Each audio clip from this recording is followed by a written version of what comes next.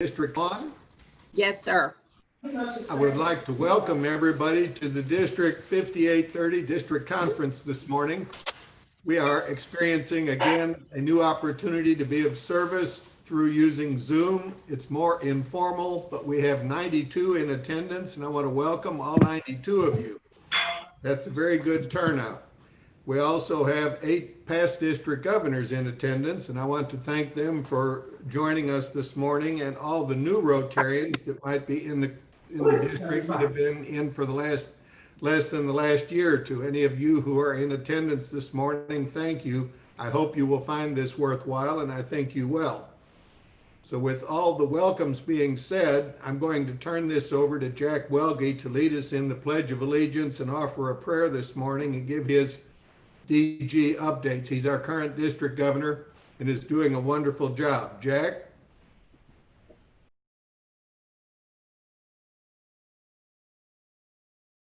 Please join me in the Pledge of Allegiance to the flag of the United States of America.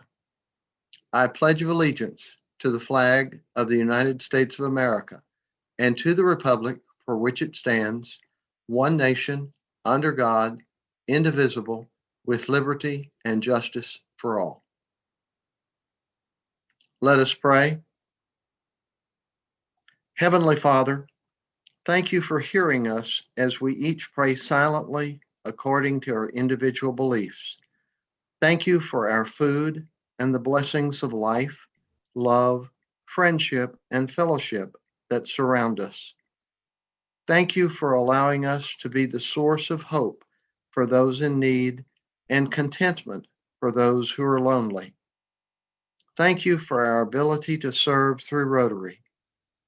Thank you for allowing our love, kindness, and direction to be always reflected in our actions. Thank you for the knowledge that all our acts are begun, continued, and ended in you. Amen.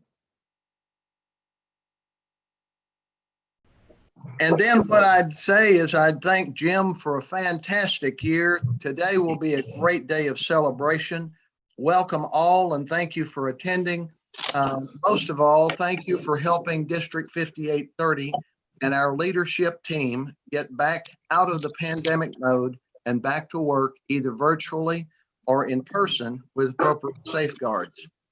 As we celebrate our achievements of this past year, please be mindful of please be mindful of our Rotary International President Holger Knack's theme of Rotary opening opportunities.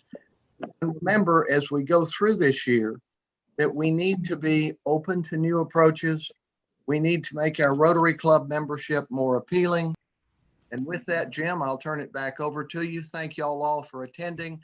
All those dates that we went over are available on our district website calendar. Thank you, Jack. And keep up the good work. Thank you. I want to say that my photograph, my participation online shows me to be Patricia. That answers a lot of questions in my mind. This is her website and she's letting me use it. My wife is quite generous. In lieu of any registration fees or fees to attend this, because we're online, we're saving money. So I've suggested that everyone may want to contribute to the foundation as they enter into this meeting today. And we've had to date $2,350 in donations that we're aware of, and we'll probably have considerably more. So I want to thank each of you that have followed the suggestion that I made, and it's for the good of the foundation. I've got a fair amount of time to welcome people, and I'm not sure how to use all that time. We're having figure out how to use time allotment on these Zoom meetings. Our speakers today are going to be Flloyd Lancia, and I will introduce him now, though he won't begin to speak until 9:25. Flloyd is a member of the board of directors of Zones 3031. He has been a Rotarian since 1970. He has spearheaded foundation work and grants in eye surgery in Nicaragua in the past and in clean waters in Mexico, or clean water in Mexico. He's also our monitor for polio eradication and keeps us posted regularly, very regularly online as to what's going in the world, on in the world. He's going to speak on polio, eradicating polio today.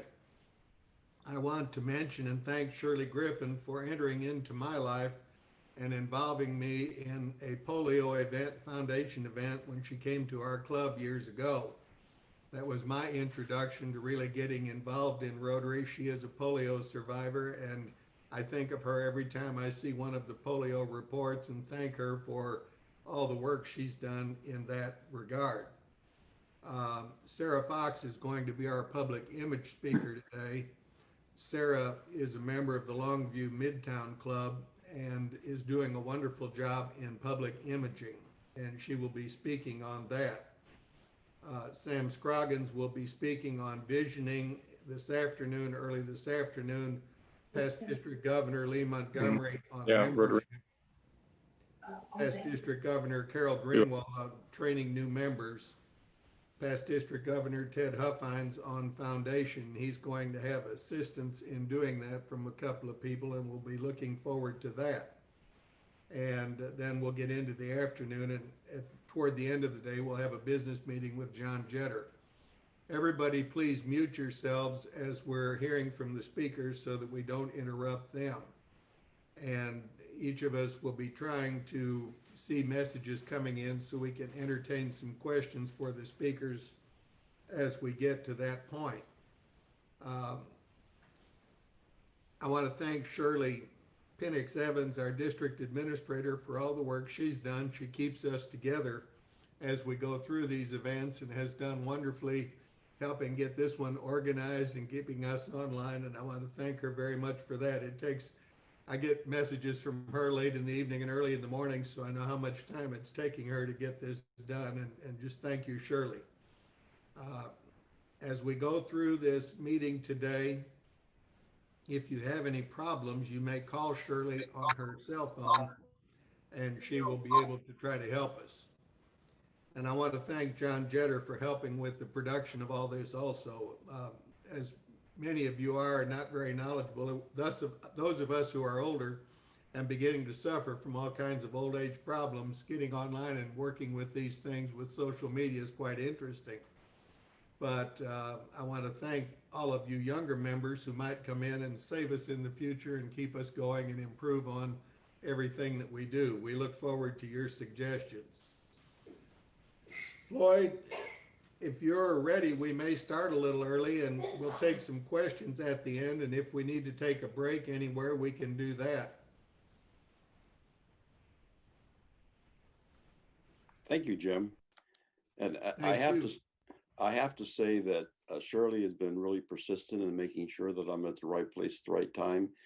And frankly, with all the Zoom things that are going on, just trying to stay and keep everything in proper order, it was welcome, Shirley, including all the texts and the willingness to help me go through a practice session. So thank you, and I appreciate that. You know, I just can't believe how much energy your group has so early in the morning. I'm assuming that you're all early morning risers. I assume that every one of you have early morning Rotary meetings, because it just came through as just so much excitement and energy that you have. And to see so many of my really good friends that I haven't been able to be with for so long, I miss you all. I really do.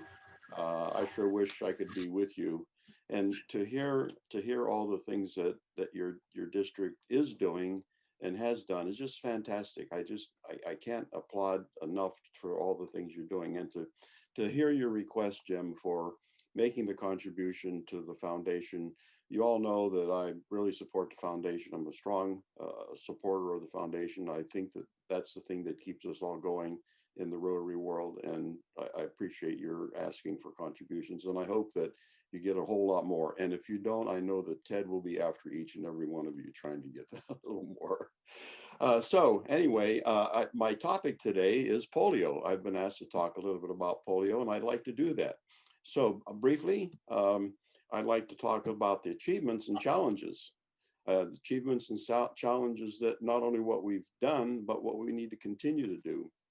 I'll also talk about fundraising and some of the roles that each of you have to play in what you need to do or we need to do together in order to get rid of this horrible, horrible virus. So what is polio? Polio is a paralysis that potentially has a fatal disease in some cases in parts of the world. We know that Afghanistan and Pakistan are the two remaining countries that are endemic. Well, polio actually invades the nervous system and can cause total paralysis in just a matter of hours. It can strike people of any age, but primarily under the age of 5. And I know we've all heard that before. And polio can be eradicated only through virus or by vaccines. It just like the smallpox, it cannot be, you can't treat it, you gotta just really get rid of it. And we have those two countries that are still endemic, and we need to do something about that. Well, globally, the Polio Eradication Initiative has partners. We all know that Bill and Melinda Gates Foundation has helped us in order to be able to eradicate this disease. WHO is one, UNICEF, the US Centers for Disease Control, and of course, Rotary. We're all partners together in order to eradicate this virus. Equally important are the governments. We think about the contributions that are made by polio or by the Rotarians and by Bill and Melinda Gates, but the governments are extremely important also because they also are contributors to the effort to eradicate polio, especially in the high-risk countries. And they support our leadership, and they need to help continue the immunization activities to ensure that we actually have polio eradication as a top priority. A personal story I'd like to share with you. I was in India in 2012, and I attended National Immunization Day. Those of you that are not familiar with it, that's where you go to a developing country that still has polio, and not necessarily still has polio, but in the case where you're there to immunize children to prevent them from getting polio. It happened that I was there in 2012, and it was also the occasion where we had a World Polio Summit. It was February of 2012.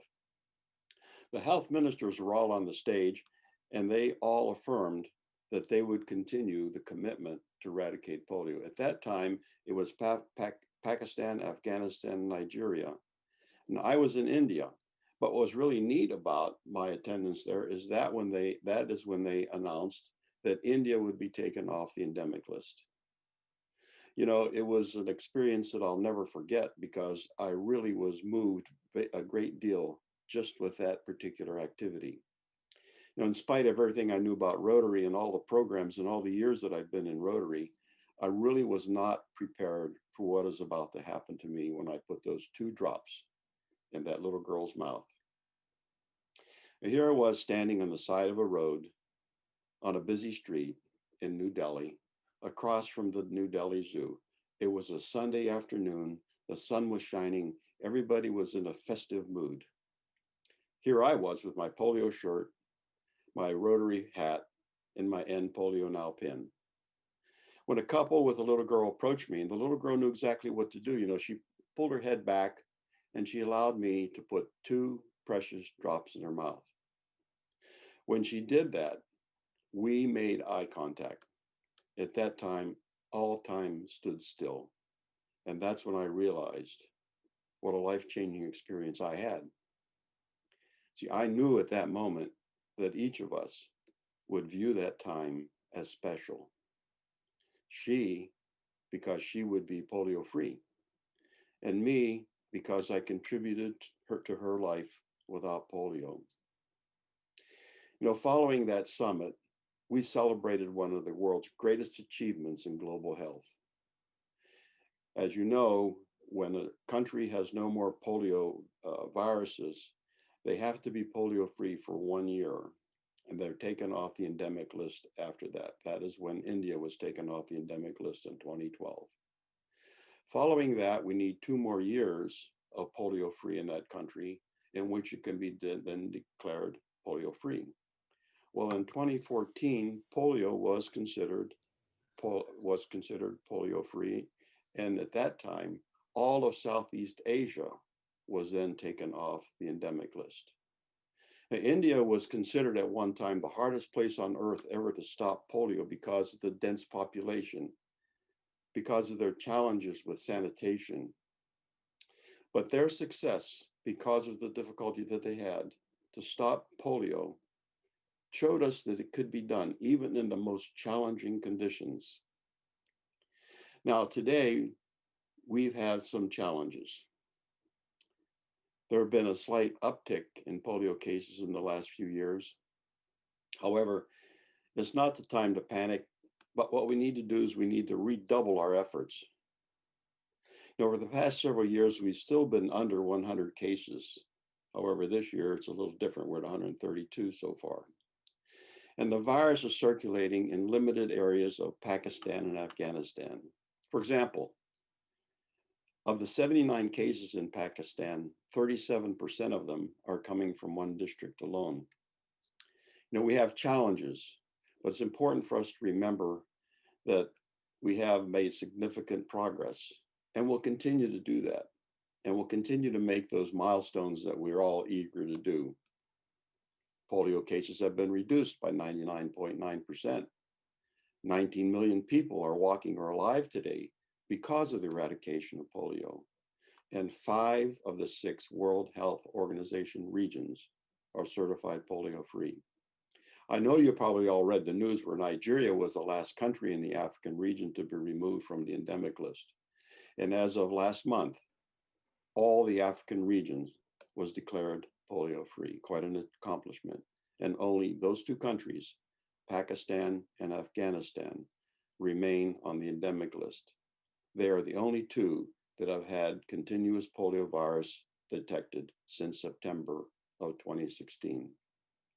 Now, the polio infrastructure we help build, and polio also helps other diseases, prevent other diseases in areas that we were never served before. For example, in today's pandemic, the polio infrastructure is being used to identify coronavirus cases. With social distancing and other pandemic restrictions, our effort to continue immunizing has been affected. That's one of the reasons that some of the cases of polio have increased in the last several months. However, another example, in Pakistan, the measles immunization program relies on the same system developed to keep polio vaccine cool, to keep the measles vaccine cool.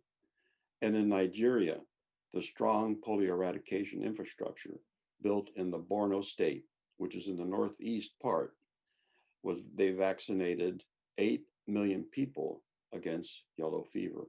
So you see that infrastructure that we have together to eradicate polio also helps with other diseases, which is really important.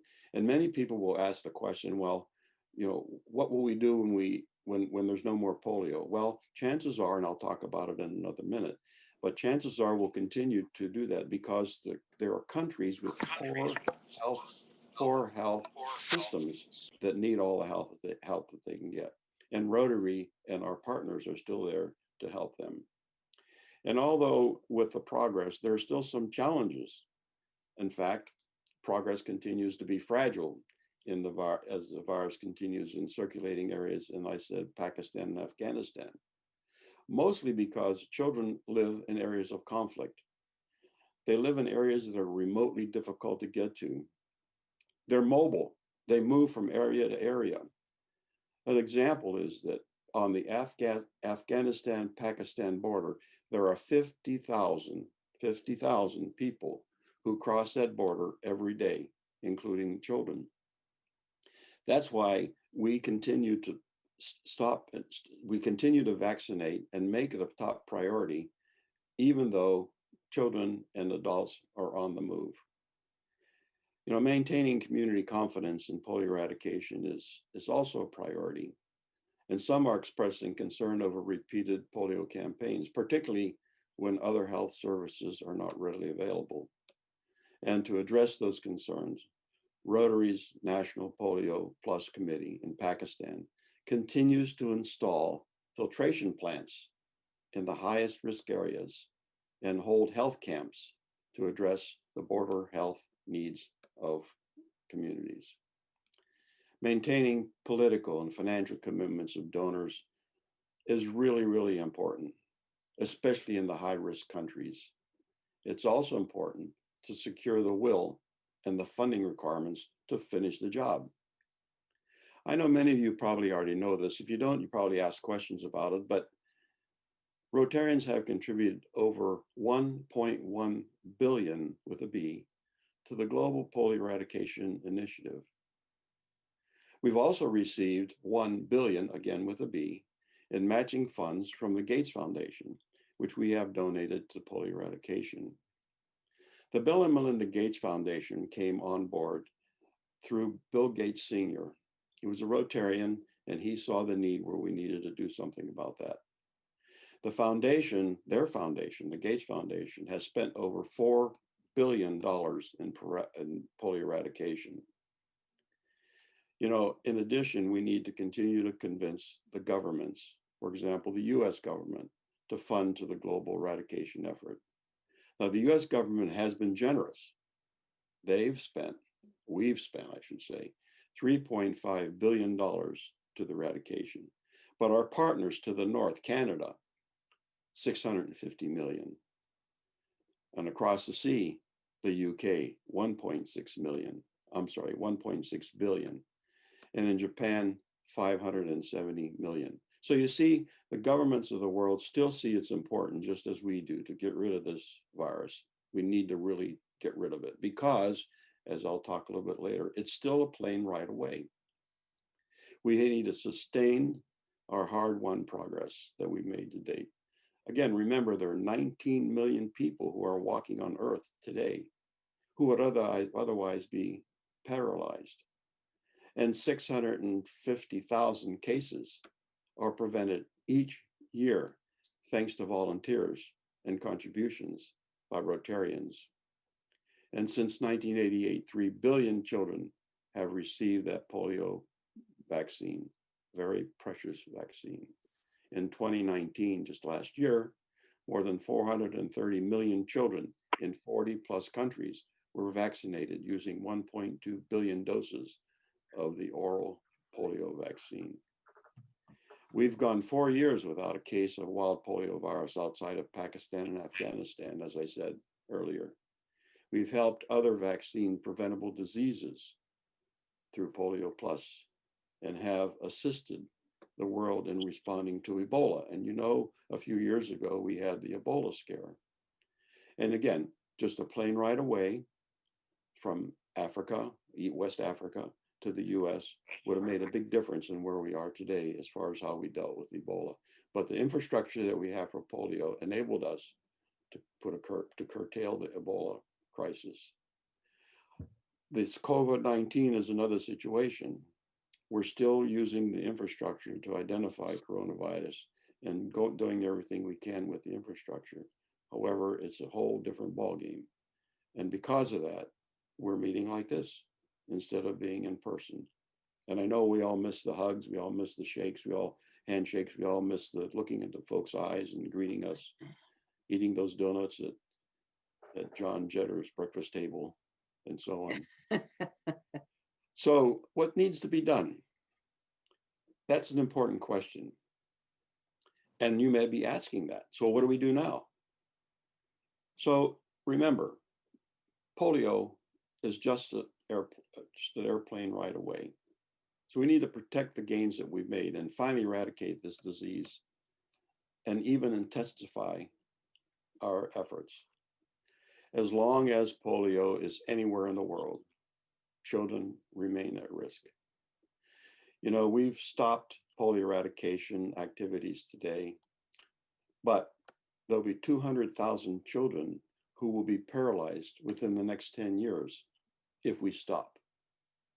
So you see, we must protect children in the polio affected countries and those who are most vulnerable in countries, again, with weak health systems.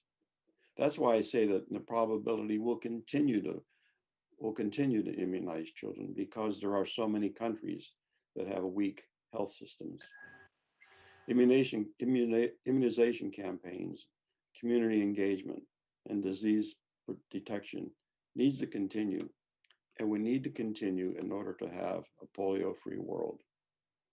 Now, over the next several years, hundreds of millions of children will continue to be immunized through the efforts and volunteer work from so many people and the fundraising from so many people. We need to protect against the 40 countries, for example, who have over 150,000 polio workers who are supported by the Global Polio Health Eradication Initiative. And methods to detect the disease are already intensified by testing people from all areas, and particularly the sewage areas in the endemic countries. For example, Pakistan has the largest surveillance system that tests sewage from 59 sites in 31 cities. So, what do we need to do as far as fundraising? Well, we all know that through your contributions, we raise $50 million each Rotary year for polio eradication. And thanks to the Bill and Melinda Gates Foundation, they have pledged to match that 2-to-1, which means $150 million each year to go towards that effort. So contributions, if you don't know, to Polio Plus qualify for Paul Harris Fellow and major donor recognitions. Back in 2018-19, Rotary provided grants for critical polio eradication activities in 24 countries, 3 regions, and the headquarters of the World Health Organization. For example, we fully funded disease detection activities in Africa and Eastern Mediterranean, which provided 85,000 mobile vaccinators in Pakistan and provided vaccine to Afghanistan, the Dominican Republic of Congo, and Kenya. Specially appointed Rotary National Advocacy Advisors in donor countries and National Polio Plus committee chairs in the polio affected and high-risk countries have responsibly in advocating the governments for funding and political support for polio eradication. What is especially noteworthy is that Rotary is also putting its own funding into polio eradication efforts and advocating for donor government funding to be directed to our partners, World Health Organization, UNICEF, and so on. Each and every Rotarian has a role to play in communicating to the political leaders of our countries and indicate to them the importance of finishing the job of polio eradication. Political and financial commitment is essential in achieving a polio-free world. Polio must be a high priority in those countries, especially the countries which are still endemic. The countries that have performed the best are those that have taken full ownership of the program. Funding from donor governments, in addition to funding from Rotary and the Gates Foundation, is essential in enabling the Global Eradication Initiative to fully implement the end game strategy. Now, what do we need to do to finish the job? Well, we need to continue to advocate to the governments of the world. We need to ensure the safety of polio workers and the homes that we visit. We all know how essential that is in some difficult parts of the world. We need to reach our goal of $50 million each year. This from clubs, districts, individuals, and get the Gates Foundation match of 2-to-1.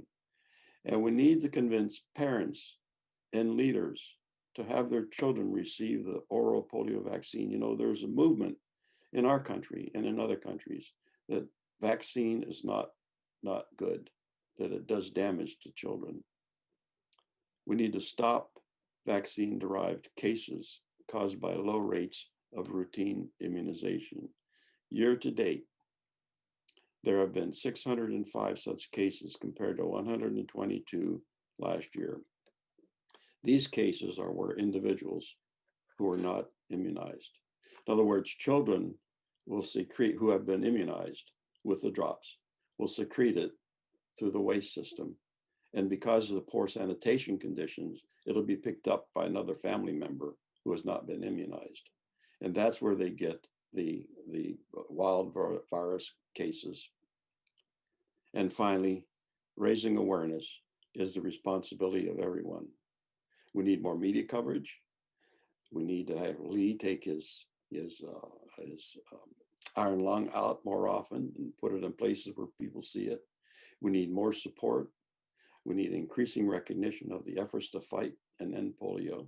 You know, there's so many that we know who don't know that their polio still exists. So now is the time to focus our efforts and learn more, connect more, and donate towards the effort. We learn more by getting informed, by help making people a subject of our polio, subject of our conversation in our communities. Could you imagine the discussion when Lee brings his iron lung over to a mall and people congregate and want to know what it is? I know that whenever I'm around it and people come and say, what is it? They are amazed that it was actually something that was part of our past. We need to connect more by informing people who have heard of polio but don't know that it still exists. You need to help spread the word. We all need to donate more in every way we can to fight against polio. And more information resources are available for those of you that want to reach out to endpolionow.org. And in the words of our longstanding partner, Bill Gates, so long as we never give up, then polio does not stand a chance. Rotary made a commitment to the children of the world, and we still have work to do to fulfill that promise. So today, together, each one of us can end polio now. Thank you for allowing me to spend some time with you and share my thoughts about polio.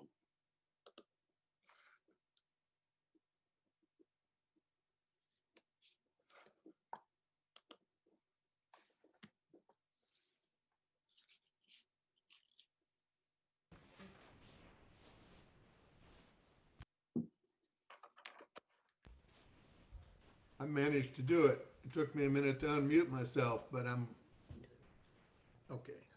I'm getting a little assistance from my boss. Thank you very much for your talk today. It's very comprehensive and we appreciate that. I can remember back to the 1950s when we had the polio scare and all of us kids had to stay home. We couldn't go out to a public place. We couldn't go to a park. It brings back memories. I heard many stories about people in Afghanistan and Pakistan passing false stories such as the polio vaccinations were designed to sterilize the children so the West could take over and different things. I think from what's gone on over there, everybody now is trying to get that more on one wavelength, one goal to get it eradicated. Is that your impression of what's going on?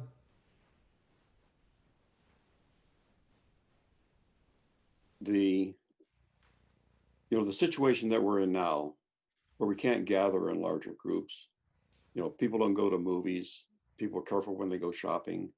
I know that the local grocery stores here in town and many places around, you order online and then you go and you even see pizza commercials that do the same thing, where you open your trunk and they put the pizza in your trunk, or you go to the grocery store and you just wait in line at the designated area and they come and they put the groceries in your trunk for you.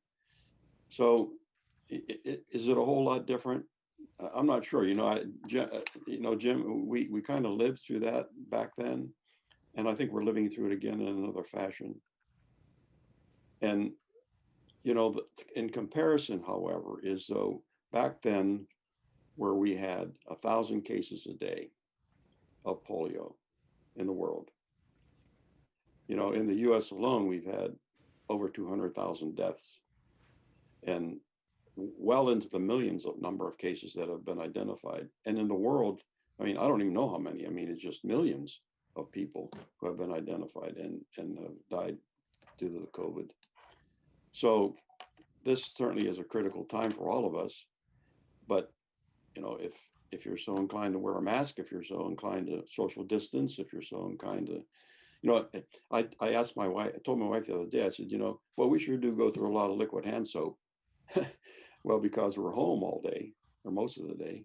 And anytime we go out and come back in, we're in there washing our hands constantly. So we're going through, that's what she says, we're home all the time. and just trying to take every precaution we can. And I know many of you, if not all of you, are doing the same. So my caution to you is to stay safe, use hand sanitizer, wash your hands frequently, wear a mask if you're so inclined, social distance, and all the things that your health department asks you to do in order to keep from spreading the virus. So I appreciate the opportunity to be with you and share some thoughts. And I'd be glad to take any questions if anybody has any. If anybody has any questions, please unmute yourself and we'll give you just a minute to get on.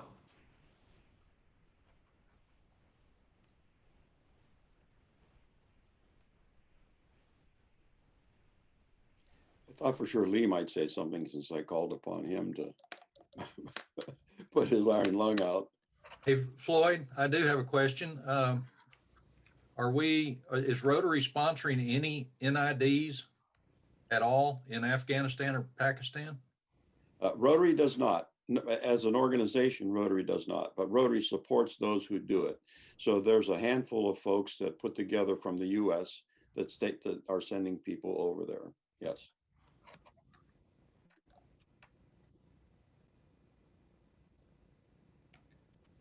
Well, thank you very much, Floyd. We appreciate that, and you will guide us and inspire us to continue. I'm going to ask everybody again, make contributions to polio if you would.